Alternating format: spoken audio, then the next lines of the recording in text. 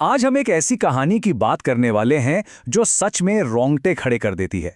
और ये कोई सुनी सुनाई बात नहीं, बल्कि एक असली प्रत्यक्ष अनुभव पर आधारित है। कहानी है एक बिल्कुल साधारण से फौजी परिवार की, जिनकी जिंदगी में एक ऐसा खौफनाक मोड़ आया जिसके बारे में उन्होंने कभी सोचा भी नहीं था। ये शब्द अपने आप में एक अजीब सी सिहरन पैदा करते हैं, है ना? जैसे आने वाले किसी बड़े खतरे का इशारा हो। लेकिन उस वक्त इस चेतावनी को कोई समझ नहीं पाया। और यही वो सवाल है जो हमें इस कहानी की गहराई में ले जाता है। जब एक परिवार का नॉर्मल जीवन अचानक खत्म हो जाए तो क्या होता है? आखिर हुआ क्या था उस परिवार के साथ? तो चलिए कहानी की शुरुआत करते हैं।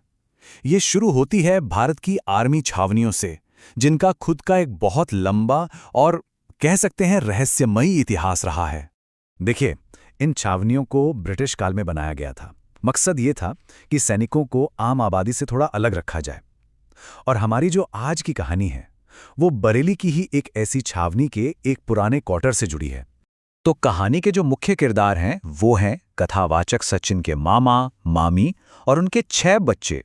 ये लोग अपने बच्चों की अच्छी पढ़ाई के लिए गांव से बरेली के इस फौजी क्वार्टर में शिफ्ट हुए थे। सब कुछ नया था, एक नई शुरुआत थी।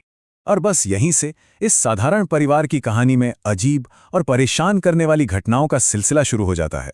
शुरू में तो परिवार ने इन बातों पर ज्यादा ध्यान नहीं दिया।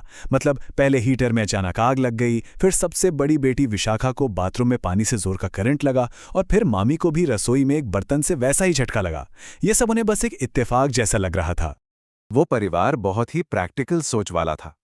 उन्होंने इन घटनाओं के पीछे किसी भूत प्रेत का हाथ नहीं माना।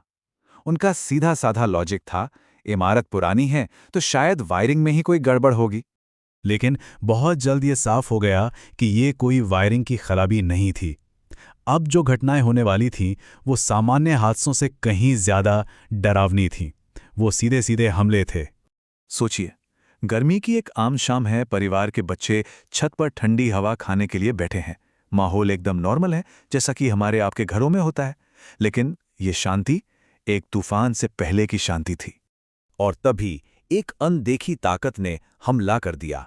सुधांशु, जिसकी गोद में 2 साल का छोटा भाई था, उसे किसी ने पीछे से बहुत जोर से धक्का दिया। सुधांशु को बचाने के लिए जब उसका भाई अनंत आगे बढ़ा तो उसके हाथ पर एक गहरा कट लग गया। बिल्कुल ऐसा जैसे किसी ने चाकू से हमला किया हो, जबकि वहां पर कोई भी नहीं था। ये उस चीज का पहला फिजिकल अटैक था। और उस रात के बाद तो जैसे खौफ का सिलसिला ही चल पड़ा। एक ही रात में विशाखा चीखते हुए उठी। उसे छत से एक औरत लटकती हुई दिखी। पंखा अचानक बंद होकर इतना धीरे घूमने लगा जैसे कोई उसे हाथ से घुमा रहा हो। मामी को बाथरूम में फिर से करंट लगा, और इस बार किसी ने उन्हें जोर से धक्का भी दिया। मामला अब खराब वायरिंग से बहुत आगे निकल चुका था। और सोचिए, जब परिवार ने घबराकर मदद के लिए मामा को फोन पर सब कुछ बताया तो उनका जवाब क्या था? अरे, ये सब तुम्हारा वहम है। बस, मतलब उस घर में वो परिवार अब पूरी तरह अकेला पड़ चुका था, एकदम बेबस।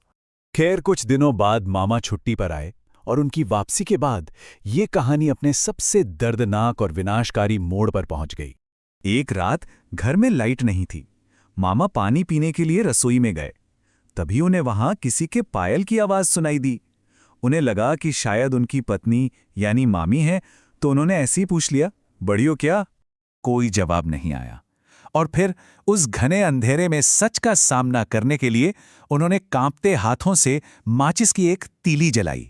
माचिस की उस छोटी सी रोशनी में उन्होंने जो देखा उसने उनके होश ही उड़ा दिए। उनके ठीक सामने उनकी पत्नी नहीं, बल्कि एक डरावनी औरत खड़ी थी, जिसका पूरा चेहरा बुरी तरह से खरोचा हुआ था। तो उस रात के बाद मामा को ये तो समझ आ गया था कि ये कोई मजाक नहीं है, मामला बहुत गंभीर है। उन्होंने चुपके से एक नए क्वार्टर की अर्जी तो दे दी और अपनी पोस्ट पर वापस चले गए। लेकिन शायद बहुत देर हो चुकी थी। उनके जाने के ठीक 8 दिन बाद एक और दिल दहला देने वाली घटना हुई। सोचिए, उबलती हुई चाय का बर्तन अपने आप हवा में उठा और सबसे छोटे बेटे सुमित के ऊपर गिर गया।